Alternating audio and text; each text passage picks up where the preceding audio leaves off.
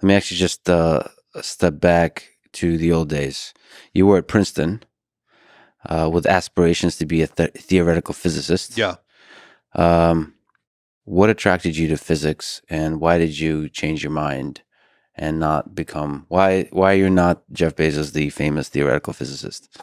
So I loved physics, and I studied physics and computer science, and I was proceeding along the physics path. I was planning to major in physics, and I wanted to be a theoretical physicist. And the computer science was sort of something I was doing for fun. I really loved it.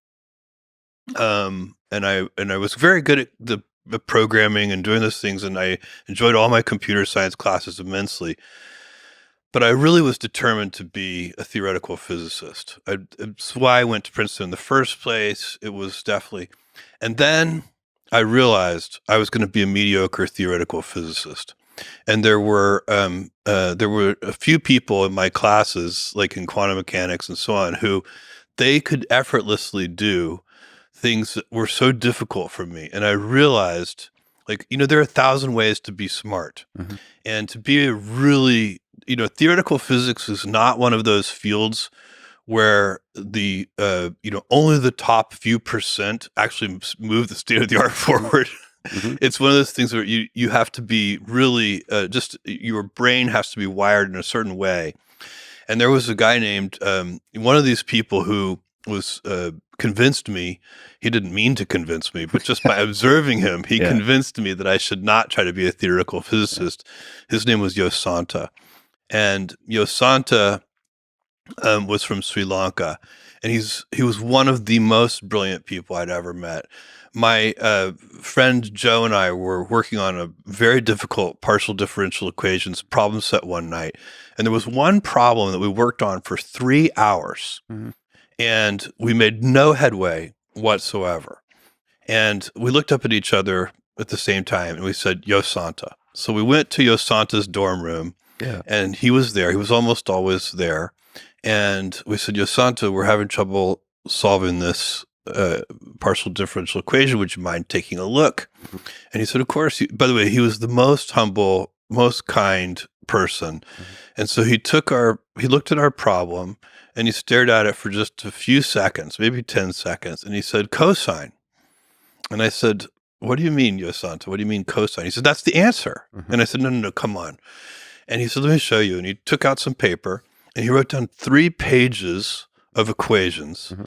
Everything canceled out, Mhm. and the answer was cosine. And I said, Yosanta, did you do that in your head? And he said, Yeah. oh, no, that would be impossible. A few years ago, I solved a similar problem, and I could map this problem onto that problem, and then it was immediately obvious that the answer was cosine. I had a few, you have an experience like that. You realize maybe being a theoretical physicist isn't your, isn't what what the universe wants you to be. And so I switched to computer science, and that worked out really well for me. I enjoy it. I still enjoy it today. Yeah, there's a particular kind of intuition you need to be a great physicist in applied to physics. I think the mathematical skill Yeah. required today is so high. You have to be a world-class mathematician to be a successful theoretical physicist today. Mhm. And it's not, you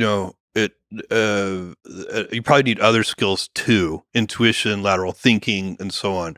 But without just top-notch math skills, you're unlikely to be successful. And visualization skill, you have to be able to really kind of do these kinds of thought experiments. And if you want a truly great creativity, actually, Walter Isaacson writes about you. It puts you on the same level as Einstein. Well, And he's that's very kind. But I'm an inventor. If you want to boil down what I am, I'm really an inventor. And I look at things and I can come up with atypical solutions, and and then I can create 100 such atypical solutions for something. 99 of them may not survive, you know, scrutiny, but one of those 100 is like, maybe maybe that might work. And then you can keep going from there. So that kind of lateral thinking, that kind of inventiveness in a high dimensionality space where the search space is very large, that's where my inventive skills come. That's the thing. If I self-identify as an inventor more than anything else. Yeah, and he describes in all kinds of different ways. Walter Isaacson does that creativity combined with childlike wonder that you've maintained still to this day. All of that combined together. Is there, like, if you were to study your own brain, introspect, how do you think? What's your thinking process like? We'll talk about the writing process of putting it down on paper, which is quite rigorous and famous at Amazon. But how do you, when you sit down, maybe alone, maybe with others, and thinking through this high dimensional space and looking for creative solutions, creative paths forward, is there something you could say about that process? It's such a good question, and I honestly don't know how it works. If I did, I would try to explain it. I know it involves lots of wandering. Yeah. So when I sit down to work on a problem, I know I don't know where I'm going. Yeah. So to go in a straight line, to be efficient, efficiency and invention are sort of at odds, because real invention, not incremental improvement. Incremental improvement is so important in every endeavor and everything you do. You have to work hard on also just making things a little bit better. But I'm talking about real invention, real lateral thinking.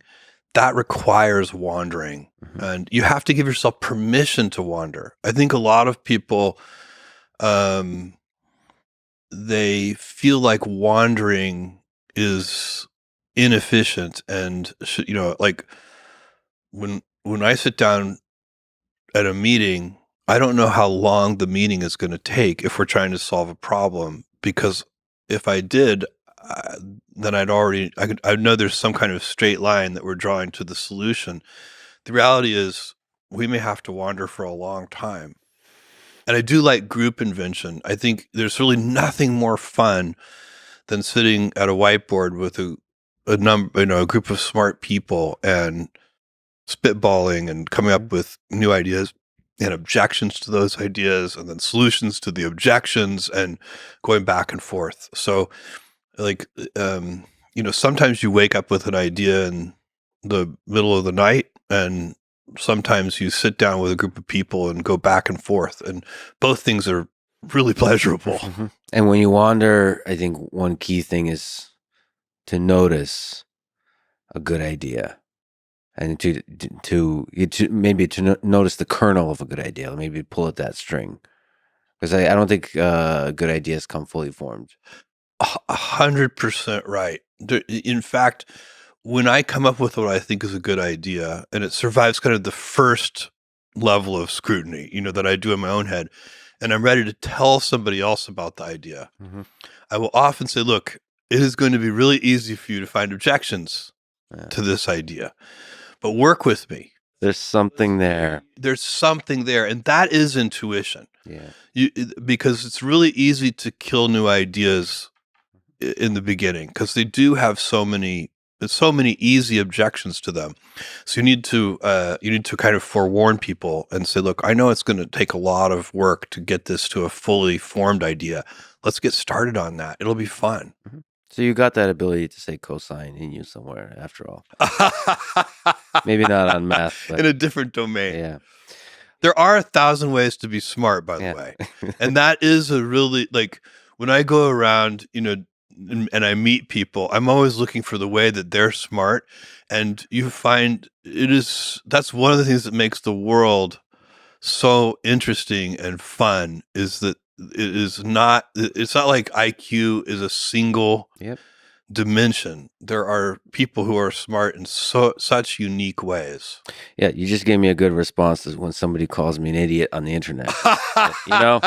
There's 1,000 ways to be smart, sir. Well, they might tell you, yeah, but there are a million ways to be dumb. Yeah, right. I feel like that's a Mark Twain quote.